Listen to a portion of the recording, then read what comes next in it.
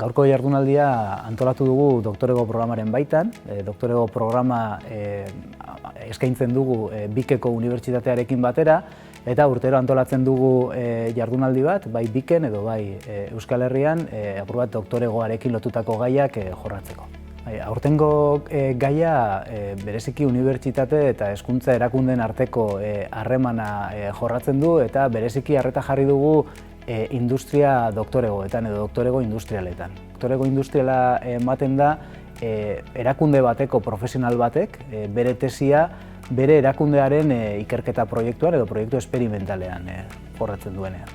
Somatu genuen orain dela urte batzuk, 2017 inguruan, behar bat gure metodologia errebisatzeko gelako didaktikaren inguruan. Ikusi genuen guretzako interesgarria zela teoriara jotzea, pixka bat teoriak zer esaten zuen, teoria pedagogikoek eta bar, eta orduan hasi nintzen ni hemen etxe honetan master bat egiten, master amaierako lana horri uztartuta egin genuen, elkarte barruko berrikuntza prozesu bat bultzatzen ari ginen bitartean, orduan bi gauzak elkarrelikatu dute, eta azkenean tesi baten lanean bukatzeraino edo ideia horretan mintzat.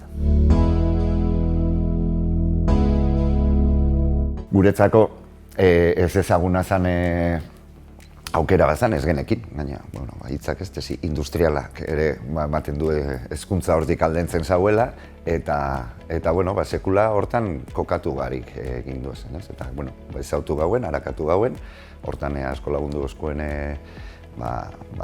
Iñakik eta Nagorek berak, eta ikusi gauen aukera handi bat geneukala, guk benetan behar gauen hori, ze azkenean behar batetik abiatu zen, bai ikastoletan, bai ikastolen elkartean zauen behar horretatik abiatuta, azken produktu edo emaitza honetara iristeko. Eta gero baina persona ere geneukan hori garatzeko interesa zaukana.